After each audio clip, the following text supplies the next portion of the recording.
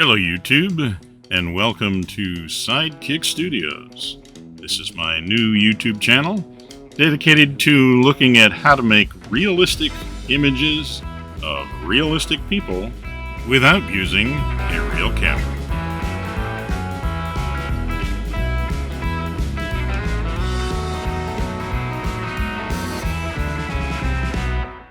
So I spent a lot of time talking in the last video. This video I'm not going to do as much talking.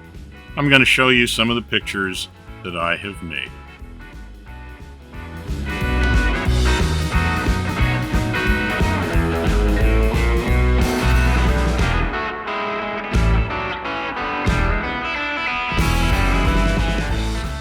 So all of the pictures are going to be of people, or as I call them, the characters that live in Sidekick Studio and in my head. The only person that you're going to see today that is a real person is me. And that's because, although I can make images of real people, I can't show them to you without permission.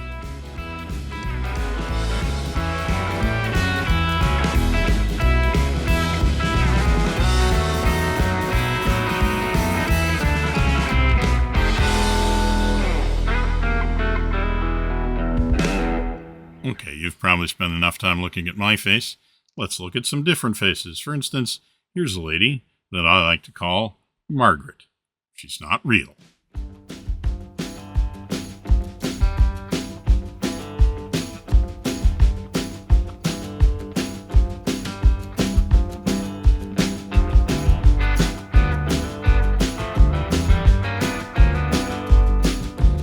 But hopefully she does a pretty good job of convincing you she's real, whether she's sitting in the diner, or unpacking the cooler, or going for a swim, or sitting by the campfire.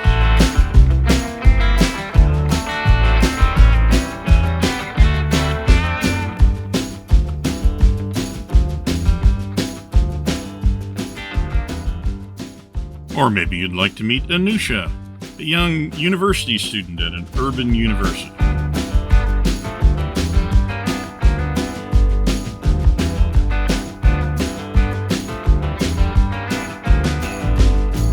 Of course, she's not real either, but she looks pretty much at home, whether she's walking down the street, sitting in the cafe with her cell phone, or just hanging out in her room.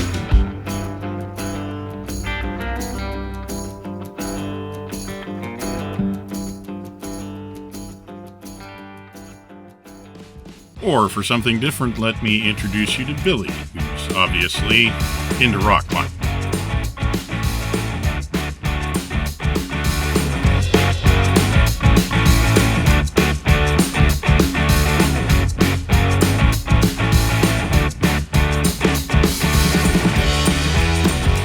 And just like the others, he's not real.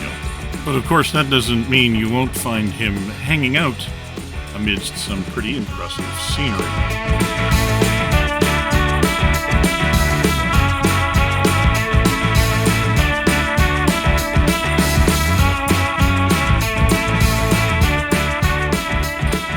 Okay, let me go under the hood just a little bit to show you what's going on in the background that's generating these images. If you've done any AI image generation, you'll probably understand by looking at the screen that I'm using, ComfyUI. If you haven't had experience with ComfyUI, I will be talking a lot about it in future videos. I won't go into it here. It's an easy thing to find lots of information about. Just Google it. It's a very popular way of doing your own AI image generation on your own computer, and that's what I'm doing. I'm running it on my own PC. It runs on my 3070 Ti, for anyone who is interested, and it's not fast, but it does do a pretty decent job.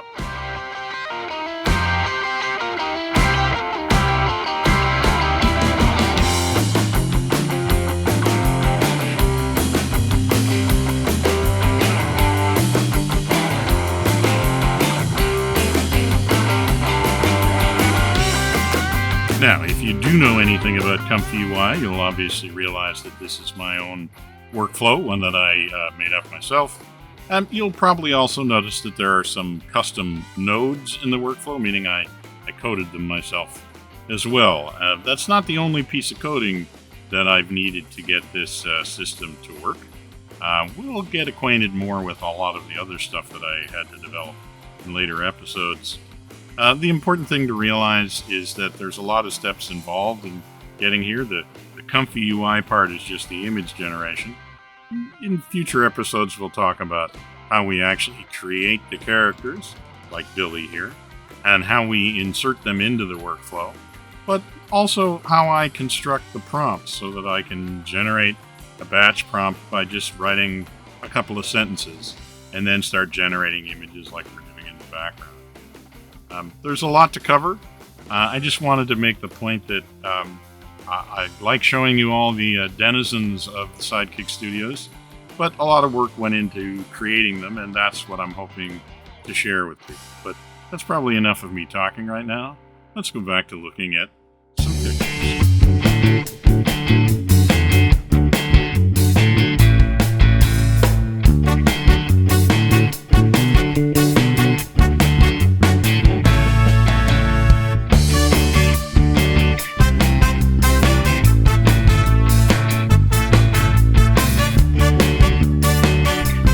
So this is Rachel. She is a concert cellist in a symphony orchestra. So to show you what Maya, my AI imaging assistant, can do, I asked Maya to imagine what it would be like if Rachel was getting ready to go to work.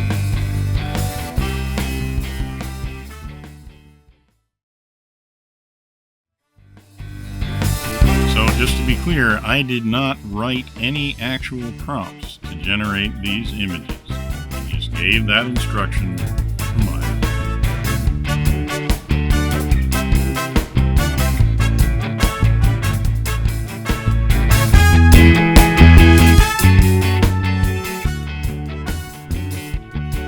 And so hopefully, as you're seeing in the background, there are lots more people hanging out in Sidekick Studios, from travel writers to mountain bikers to primary school teachers.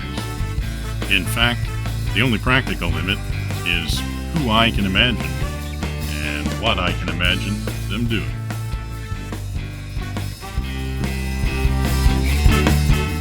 Well, hopefully that's enough to convince you that there is something to engage with here at Sidekick Studios.